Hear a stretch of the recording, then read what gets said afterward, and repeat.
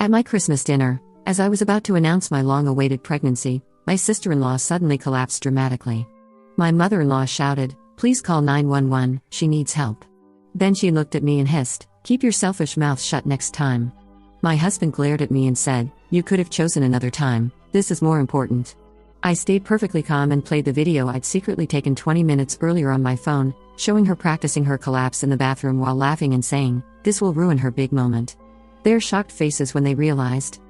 I've been married to my husband Hayden for 6 years, and for 5 of those years, I've endured his family's constant undermining, passive-aggressive comments, and outright hostility.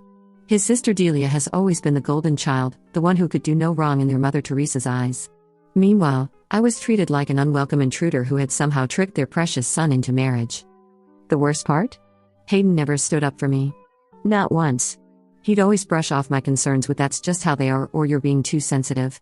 I'd learned to bite my tongue and smile through gritted teeth at family gatherings, but this Christmas was supposed to be different.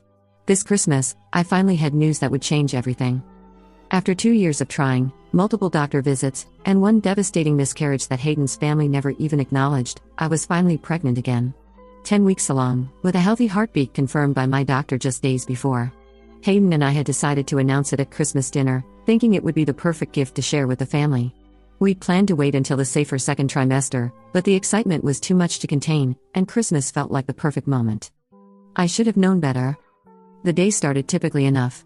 We arrived at Teresa's house around 2 p.m., arms full of presents and a homemade apple pie that I'd spent hours perfecting. Delia was already there with her husband Colin, sprawled dramatically across the living room couch like she owned the place, complaining about some minor inconvenience at work. "Oh, Lisa's here," Delia said without looking up from her phone, her tone making it clear my presence was about as welcome as a root canal. "Did you remember to bring something this year, or are we doing the whole empty-handed thing again?" I had literally never shown up empty-handed to any family gathering, but this was Delia's way of starting the evening. Hayden said nothing, of course, just gave me that look that meant "please don't start anything." Teresa emerged from the kitchen wearing her best martyred expression. "Elise, dear, I hope you don't mind, but I've already prepared all the side dishes. I know you offered to bring the green bean casserole, but I just couldn't risk it not turning out right for Christmas dinner." This was a lie. She'd never given me the chance to bring anything substantial, always relegating me to dessert or bread rolls, things that couldn't ruin the meal if they were subpar. I smiled and handed her the pie. "No problem, Teresa. I brought apple pie for dessert." She took it with the enthusiasm of someone accepting a dead fish. "How thoughtful. I actually already made my famous pecan pie, but I suppose we can have both."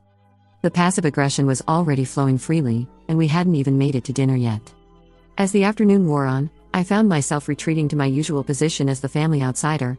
Delia regaled everyone with stories from her job at a local hay knitting firm, making it sound like she was single-handedly running Fortune 500 campaigns instead of designing flyers for small businesses. Teresa hung on every word like Delia was delivering the Gettysburg Address. Meanwhile, every time I tried to contribute to the conversation, I was either ignored or subtly undermined. When I mentioned a recent promotion at my job as a nurse practitioner, Teresa actually rolled her eyes and said, "Well, the healthcare system is so desperate these days, they'll promote anyone." Hayden, sitting right beside me, said absolutely nothing. By dinner time, I was ready to explode, but I kept reminding myself of the little secret growing inside me. Soon, I'd be able to share the most wonderful news, and maybe, just maybe, it would change how they treated me. Maybe becoming the mother of their grandchild would finally earn me some respect. I was such a naive fool. Dinner proceeded with its usual undercurrent of tension disguised as family togetherness. Teresa had, predictably, seated Delia at Hayden's right side and me at the far end of the table, like I was a distant cousin visiting for the holidays rather than her son's wife. Delia dominated the conversation, complaining about her commute, her co-workers, her apartment's heating bill, and anything else that popped into her self-absorbed head. I waited for the right moment, that natural lull in conversation that would let me make my announcement. I'd rehearsed it in my head dozens of times. "Hayden and I have some wonderful news to share. We're expecting a baby in July." Simple, joyful, impossible to misinterpret. As Teresa started clearing the dinner plates, I caught Hayden's eye and nodded slightly. He squeezed my hand under the table, the first genuine moment of connection we'd had all day. This was it. This was our moment. I stood up, my heart pounding with excitement and nerves. "Everyone, Hayden and I have some wonderful..." That's when Delia suddenly gasped, clutched her chest, and collapsed backward in her chair with all the subtlety of a community theater production of Romeo and Juliet. The timing was too perfect, too convenient. Delia's collapse happened at the exact moment I began speaking, cutting me off mid-sentence as effectively as if someone had hit a mute button. "Oh my God, Delia!" Teresa shrieked, rushing to her daughter's side. "Someone call 911. She's having some kind of attack." Delia lay there with her eyes closed, one hand pressed to her forehead in what could only be described as a Victorian fainting pose. Her breathing was clearly normal, her color was fine, and I noticed she'd conveniently fallen in a way that didn't knock over any dishes or hurt herself. Colin, bless his gullible heart, was frantically dialing 911 while Teresa knelt beside Delia, stroking her hair and muttering about heart conditions and stress and how Delia had been working too hard lately. Then Teresa's head snapped up, and she fixed me with a look of pure venom. "Keep your selfish mouth shut next time," she hissed. "Can't you see this is an emergency?" Hayden, instead of defending me or questioning the convenient timing, glared at me like I'd personally caused his sister's mysterious collapse. "You could have chosen another time, this is more important." I stood there, frozen in disbelief. My own husband was siding with them, buying into this obvious performance, and making me out to be the villain for trying to share our pregnancy news at what was supposed to be a family celebration. But here's the thing they didn't know: I'm not just a nurse practitioner with medical training that helps me recognize real emergencies from fake ones. I'm also someone who's learned to be very, very careful around this family. And I'd been suspicious of Delia's recent behavior all evening. About 20 minutes earlier, I'd excused myself to use the bathroom. As I was walking down the hallway lined with family photos, I heard Delia's voice coming from the powder room. At first, I thought she was on a phone call, but as I got closer, I realized she was talking to herself. The door was slightly ajar, and I could see her reflection in the mirror. "Okay, Delia, you can do this," she was saying. "Wait until she starts talking, then just collapse. Make it look good, clutch your chest, maybe mention feeling dizzy. Mom will totally buy it, and it'll completely ruin Elise's big moment." Then she actually laughed. A cold, calculating laugh that made my blood freeze. This will ruin her big moment.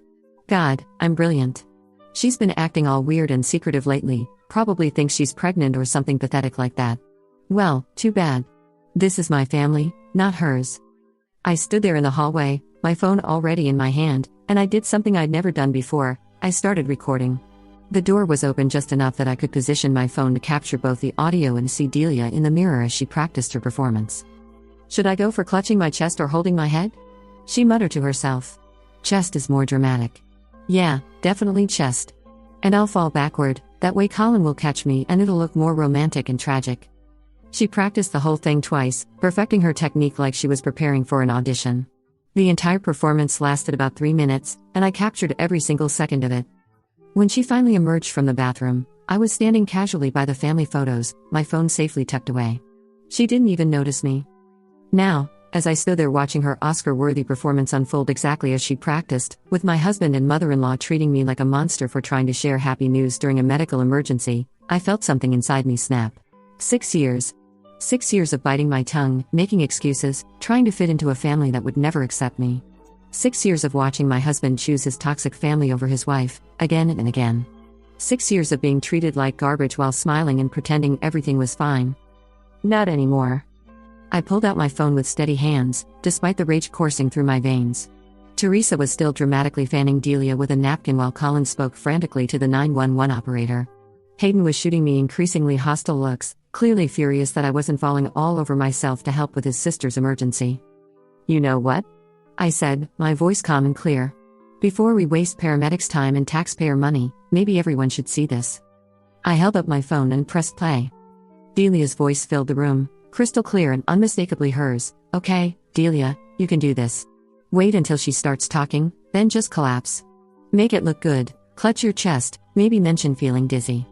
The room went dead silent except for Delia's recorded voice continuing, "This will ruin her big moment. God, I'm brilliant.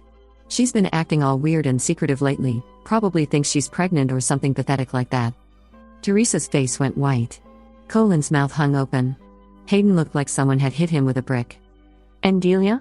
Delia's eyes snapped open wide, her medical emergency suddenly cured by the sound of her own voice confessing to the entire scheme. "Well, too bad," her recorded voice continued cheerfully. "This is my family, not hers." I let the video play until the end, watching their faces transform from shock to horror to embarrassment. The silence that followed was deafening. Colin, still holding the phone, looked confused as the 911 operator continued asking questions. "Ma'am, we're required to send a unit to verify there's no emergency," came a voice through the speaker. Please remain on the line. Colin's face went from red to pale as he realized the implications. I need to tell them it was a false alarm, he said, his voice shaking with embarrassment. Teresa's mouth opened and closed like a fish gasping for air. For the first time in 6 years, she was speechless. Hayden stared at his sister with a look of dawning realization. Delia. What the hell? Delia sat up slowly, her Victorian fainting spell apparently completely cured. That's not. You recorded me? I recorded you planning to ruin my pregnancy announcement, I said, my voice steady as steel. Which, by the way, is what I was trying to tell everyone when you executed your little performance. Hayden and I are expecting a baby in August. The words dropped into the silence like stones into still water. Teresa's eyes widened further, and Hayden's head snapped toward me with an expression I couldn't quite read. You're pregnant? Teresa whispered. 10 weeks, I confirmed. We wanted to share the news with family at Christmas. I guess Delia figured that out somehow and decided it would be fun to sabotage the moment. Delia finally found her voice. Elise, I can explain. Explain what? I cut her off. Explain how you planned to fake a medical emergency to ruin my pregnancy announcement? Explain how you called my happiness pathetic? Explain how you think this is your family and not mine, even though I've been married to your brother for 6 years? Hayden was staring at Delia like he'd never seen her before. Delia, you pretended to have a medical emergency too. To ruin Elise's pregnancy announcement? It's not like that, Delia protested weakly. I didn't want her to make everything about herself again. Make everything about herself? Hayden's voice was rising. She was announcing that we're having a baby. How is that making everything about herself? Teresa, meanwhile, seemed to be processing the pregnancy news alongside the revelation of her daughter's deception. A baby? She repeated. You're really having a baby? Yes, Teresa, I said firmly. Your son and I are having a baby. The grandchild you've been asking about for years. The news I was trying to share before your daughter decided to stage a one-woman show. Colin was staring at Delia with a mixture of anger and disgust. You made me call 911. I told them my wife was having a heart attack. Do you have any idea how embarrassed I am right now? You're embarrassed? Delia shot back, her mask finally slipping completely. I'm the one whose privacy was violated. She recorded me without permission. In a bathroom where you were planning to commit fraud, I pointed out. Because yes, Delia, faking a medical emergency is actually a crime. It's called filing a false police report, and it wastes emergency resources that could be needed for real emergencies. The legal implications seemed to hit everyone at once. Teresa went even paler, if that was possible. Hayden found his voice again. Delia, what were you thinking? Elisa's pregnant, we're having a baby, and you tried to ruin it because... Why? Because you can't stand sharing attention for 5 minutes? That's not, Delia started, but Hayden wasn't finished. You know what? That's exactly what it is, he said, his voice gaining strength with each word. You've made Elise feel unwelcome for years, and I've been too worried about family peace to call it out. But this crosses every line, Delia. I stared at my husband, hardly daring to believe what I was hearing. After 6 years of silence, Hayden was finally standing up to his family. Teresa apparently couldn't handle the criticism. Now wait just a minute, Hayden. I've always tried to include Elise. Have you, Mom? Hayden interrupted, his voice steady but firm. Because from where I'm sitting, you've spent 6 years making my wife feel like an outsider. And I've let it happen because I didn't want to deal with the drama. He turned to me, and I saw something in his eyes I hadn't seen in years, respect, and maybe even a little bit of awe. Elise, I am so sorry, he said. I'm sorry for not standing up for you, I'm sorry for letting them treat you like this, and I'm sorry I ever made you feel like you couldn't count on me to have your back. I felt tears starting to form, but I wasn't done yet.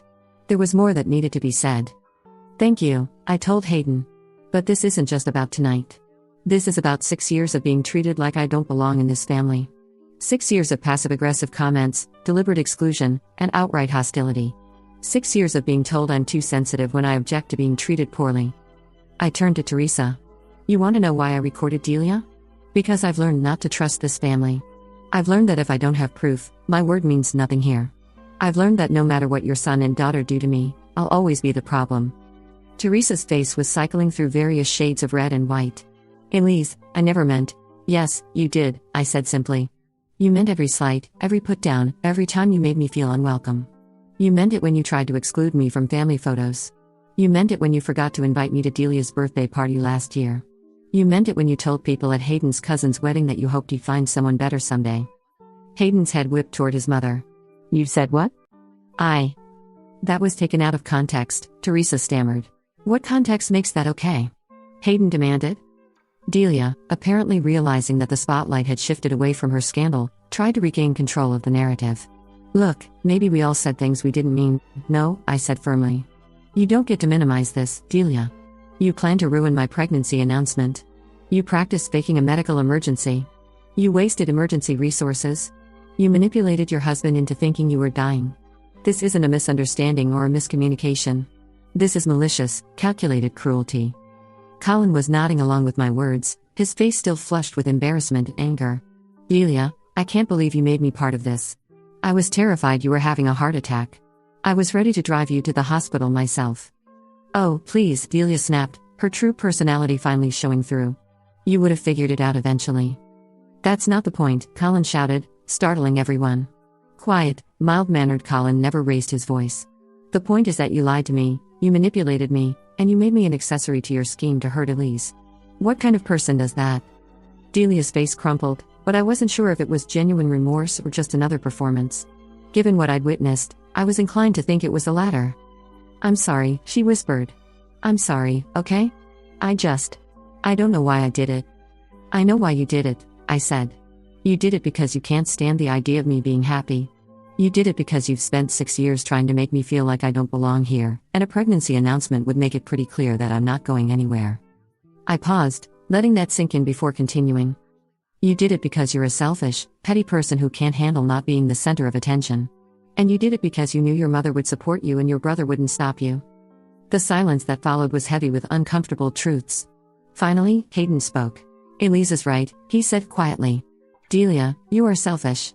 And Mom, you have enabled her selfishness for years. And I've been a coward who let my wife be treated like garbage in the name of family harmony. He stood up and walked over to me, taking my hands in his. I am so sorry, he said. And I am so happy about this baby. This should have been the best moment of our lives, and my family ruined it. But I promise you, things are going to change. I looked into his eyes and saw something I'd been waiting 6 years to see, my husband choosing me over his toxic family. Teresa cleared her throat uncomfortably. Well, perhaps we can put this all behind us and focus on the baby? No, I said firmly. We can't just put this behind us. This isn't a small misunderstanding that we can smooth over with some forced family togetherness. Delia committed fraud tonight. She faked a medical emergency, wasted emergency resources, and emotionally manipulated her husband. I pulled out my phone again. And I have it all on video. The question now is what we're going to do about it. Delia's eyes went wide with panic. You wouldn't actually press charges, would you? I considered this carefully. The truth was, I probably wouldn't press charges, the legal hassle wouldn't be worth it, and it would just create more family drama. But Delia didn't need to know that. I haven't decided yet, I said. What I have decided is that I'm done pretending to be okay with how this family treats me. I'm done making excuses for behavior that would be unacceptable from strangers, let alone family. I turned to Hayden. I love you, and I'm excited about our baby. But I will not raise our child in an environment where this kind of behavior is tolerated or excused. Hayden nodded firmly. You won't have to. Mom, Delia, things are going to change. If you want to be part of our lives and our child's life, you need to treat Elise with respect. Real respect, not just polite tolerance. Teresa looked like she'd been slapped. Hayden, she's family. So is Elise, Hayden cut her off. She's my wife and the mother of my child. She is family. And if you can't accept that and treat her accordingly, then maybe you need to reevaluate what's really important to you. Delia was crying now, whether from genuine remorse or just self-pity, I couldn't tell and didn't particularly care. I'm sorry, Elise, she said through her tears. I really am. I don't know why I get so jealous, I guess. You have everything I want, a stable marriage, a career you love, and now a baby. I just felt like you were rubbing it in my face. It was the closest thing to honesty I'd ever heard from Delia, but it still wasn't good enough. Delia, I have never rubbed anything in your face, I said. I've gone out of my way to be supportive of you, even when you were openly hostile to me. I celebrated when you got engaged, I helped plan your bachelorette party even though you didn't want me there, and I've listened to you complain about your job for hours without ever pointing out that you chose that career. I paused, considering my next words carefully. If you're unhappy with your life, that's something you need to work on. But you don't get to take it out on me, and you don't get to sabotage my happiness just because you're not satisfied with your own choices. Colin was nodding along with everything I said. She's right, Em. This jealousy thing has gotten out of hand. You've been obsessed with competing with Elise since the day she married Hayden, and it's not healthy. Delia turned on her husband with surprising venom. Oh, so now you're taking her side too? I'm not taking anyone's side, Colin said firmly. I'm just pointing out that you faked a medical emergency to ruin your sister-in-law's pregnancy announcement. That's not normal behavior, Em. That's not something a mentally healthy person does. The conversation was clearly heading toward territory that was between Delia and Colin, so I decided to wrap up my piece. Here's what's going to happen, I announced, addressing the room. Hayden and I are having a baby in July. This child will be loved and wanted and protected from toxic behavior. If you want to be part of this child's life, you need to prove that you can treat both parents with respect and kindness. I looked directly at Teresa. That means no more passive-aggressive comments, no more deliberate exclusion, no more undermining my relationship with my husband. It means treating me like a valued member of this family, not an inconvenience you have to tolerate. I turned to Delia. And for you, it means getting help for whatever is driving this jealousy and need for attention. It means accepting that I'm not going anywhere, and finding a way to coexist peacefully. It means never, ever pulling a stunt like this again. Finally, I looked at Hayden. And for you, it means continuing to stand up for me and our family. It means not letting keeping the peace become more important than protecting your wife and child. Hayden squeezed my hand. Done, he said without hesitation. Teresa looked like she wanted to argue, but something in Hayden's expression must have convinced her to keep quiet. Delia was still crying, but she managed to nod. I'll talk to someone. A therapist or something. And I'm really sorry, Elise. I know that doesn't fix anything, but I am sorry. Colin put his arm around his wife, though he still looked hurt and embarrassed. We'll figure this out, Em.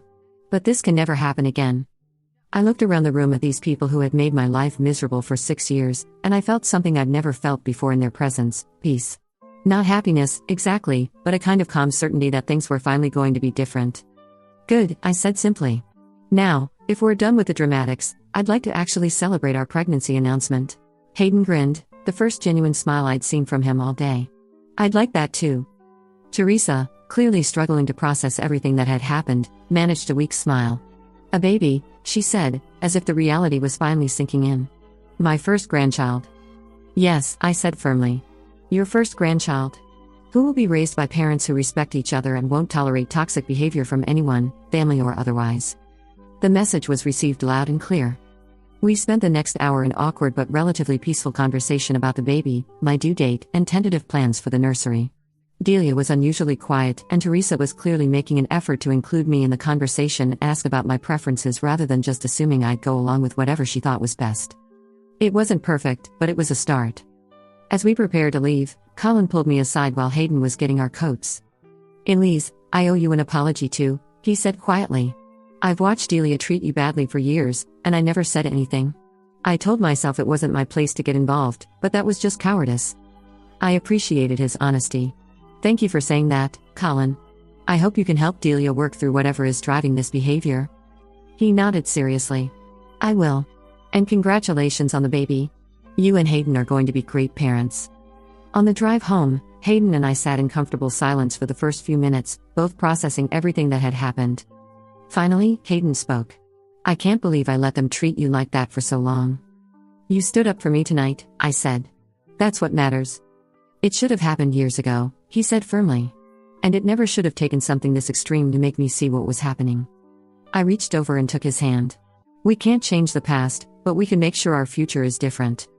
Hayden squeezed my hand and smiled. Our future. Our baby. Our family. Our family, I agreed. 3 months later, Delia was seeing a therapist twice a week and had made genuine efforts to repair our relationship. She'd sent me a long, handwritten apology letter acknowledging the years of poor behavior and taking full responsibility for her actions. Teresa had also made noticeable improvements, asking about my preferences, including me in family decisions, and generally treating me like a valued daughter-in-law rather than an unwelcome intruder. The changes weren't perfect, and there were still awkward moments, but the toxic dynamic that had poisoned family gatherings for years was finally starting to heal. The real test came about a month after Christmas when Teresa called to invite us to Delia's birthday dinner. In the past, these invitations had always come with subtle digs or passive-aggressive conditions. This time was different. Elise, dear, Teresa said over the phone, I was wondering if you and Hayden would like to come to Delia's birthday dinner next Saturday. I know you've been dealing with morning sickness, so I wanted to check what foods sound good to you before I plan the menu. I nearly dropped the phone. Teresa had never, in 6 years, asked about my dietary preferences or acknowledged any discomfort I might be experiencing. She'd always just cooked what she wanted and expected everyone to be grateful. "That's very thoughtful, Teresa," I said, still somewhat stunned. "I think I can handle most things as long as they're not too spicy." "Perfect. And Elise? Would you mind if I asked your advice on something? Delia's been talking about wanting to change careers, and since you've been so successful in healthcare, I thought you might have some insights." Again, I was floored. Teresa was asking for my professional opinion, something she'd never done before, despite my years of experience as a nurse practitioner. When we arrived at the birthday dinner, the atmosphere was noticeably different. Delia greeted me with what seemed like genuine warmth, asking about my pregnancy symptoms and whether I needed anything to make me more comfortable. She'd clearly been working hard in therapy. "Elise, I got you some of that ginger tea you mentioned helps with nausea," Delia said, producing a beautifully wrapped box. "And I made sure Mom didn't use any of those strong seasonings that might bother you." It was such a small gesture, but after years of deliberate inconsideration, it felt monumental. The evening proceeded peacefully, with actual conversations instead of Delia's usual one-person show. When she started talking about her career concerns, she actually turned to me and said, "Elise, Mom mentioned you might have some advice about healthcare careers. I've been thinking about becoming a medical assistant." For the first time ever, Delia was asking for my professional input and treating me like someone whose opinion mattered. We had a genuine 20-minute conversation about different healthcare paths, certification requirements, and what the day-to-day work was really like. Hayden watched the entire interaction with amazement. Later, as we drove home, he shook his head in disbelief. "I've never seen them treat you like that," he said. "Like you're actually a valuable member of the family." "It's a start," I agreed. "But I'm still being cautious. People don't change overnight, and I need to see sustained effort before I fully trust it." My caution proved wise when we encountered our next test a few weeks later. Hayden's cousin Marissa was getting married, and Teresa was hosting the bridal shower. In the past, I'd either been excluded entirely or invited as an afterthought with clear indications that my presence wasn't really wanted. This time, Teresa called me directly to ask if I'd like to co-host with her. "I know you have such good taste, Elise, and you're so organized," she said. "I was hoping you might help me plan the menu and decorations. And of course, I'd love your input on games and activities."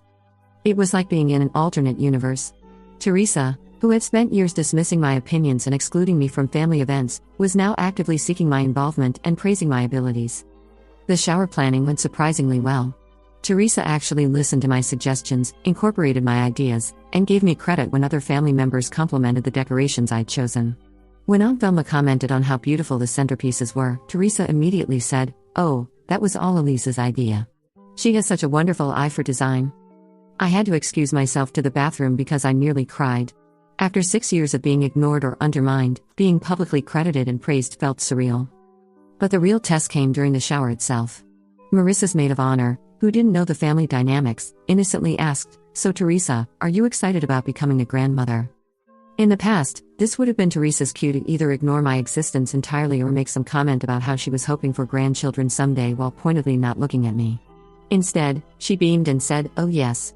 Elise and Hayden are expecting in July. We're also thrilled." She not only acknowledged my pregnancy but used the word "we," including me in the family's celebration. Delia, sitting nearby, added, "Elisa's been handling pregnancy so well, considering how sick she was in the first trimester. She's much tougher than I would be." It was a compliment. From Delia.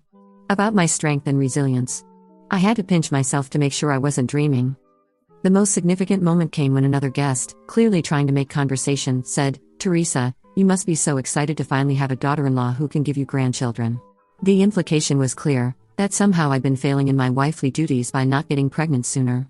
In the past, Teresa would have either agreed with the sentiment or made some comment about God's timing that reinforced the idea that my previous lack of pregnancy was somehow a personal failing. Instead, Teresa's face immediately hardened.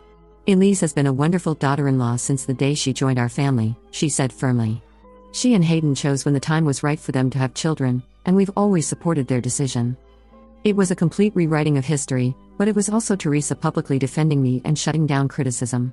Delia nodded along emphatically, adding, "Elise has always been family to us."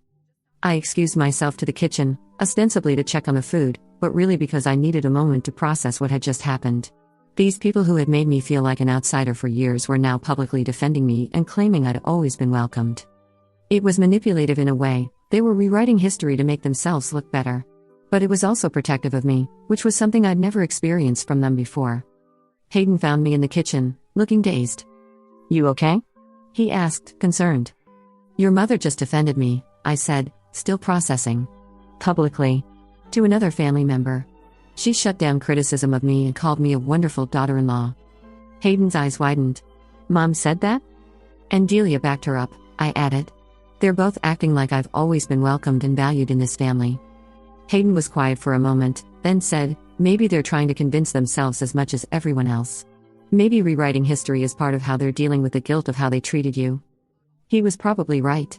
But regardless of their motivations, the public support felt good. For the first time in 6 years, I attended a family event where I was treated as a valued family member rather than an unwelcome intruder. The real breakthrough came a month later when I had a pregnancy scare. I had a slight bleeding episode at work and called Hayden in a panic. He immediately left his office to take me to the doctor, and while we were in the waiting room, he called his mother to let her know what was happening. "Do you want me to call Mom back and ask her not to come?" Hayden asked after hanging up. "I know you might want privacy right now." "She's coming?" I asked, surprised. "She asked if we needed anything and said she wanted to be here for support," Hayden explained. "But if you'd rather she didn't." "No, it's okay," I said. "If she wants to be here, that's actually nice." When Teresa arrived at the medical center, she didn't come with her usual dramatics or need to be the center of attention.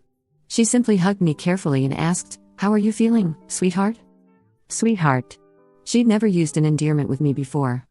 "Scared," I admitted honestly. "That's completely understandable," she said, sitting beside me and taking my hand. "You're going to be a wonderful mother, Elise. This baby is lucky to have you." When the doctor confirmed that everything was fine, the bleeding was within normal limits for this stage of pregnancy and the baby's heartbeat was strong, Teresa let out a shaky breath of relief. "I was so worried," she said, still holding my hand. "I know how much this baby means to you both." As we left the doctor's office, Teresa surprised me again by asking, "Elise, would you like to go shopping for baby things this weekend? I know it's still early, but I saw the most adorable nursery set, and I'd love to get it for you if you like it." 6 months earlier, Teresa would have bought whatever she wanted for the nursery without consulting me and expected me to be grateful. Now she was asking for my opinion and treating the shopping trip as something we'd do together. "I'd like that," I said, and I meant it.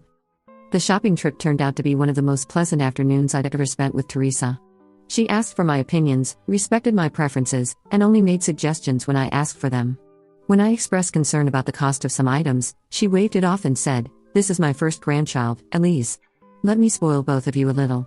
At one point, while we were looking at cribs, she said quietly, "Elise, I owe you an apology. A real one, not just for Christmas night, but for years of not making you feel welcome in our family." I stopped looking at price tags and turned to face her. "I was protective of Hayden and Delia in all the wrong ways," she continued. "I saw you as a threat instead of a blessing, and I treated you accordingly. That was wrong, and I'm sorry." It was the most honest conversation we'd ever had. "Thank you for saying that," I said. "It means a lot." "You're going to be a wonderful mother," Teresa said, tears forming in her eyes.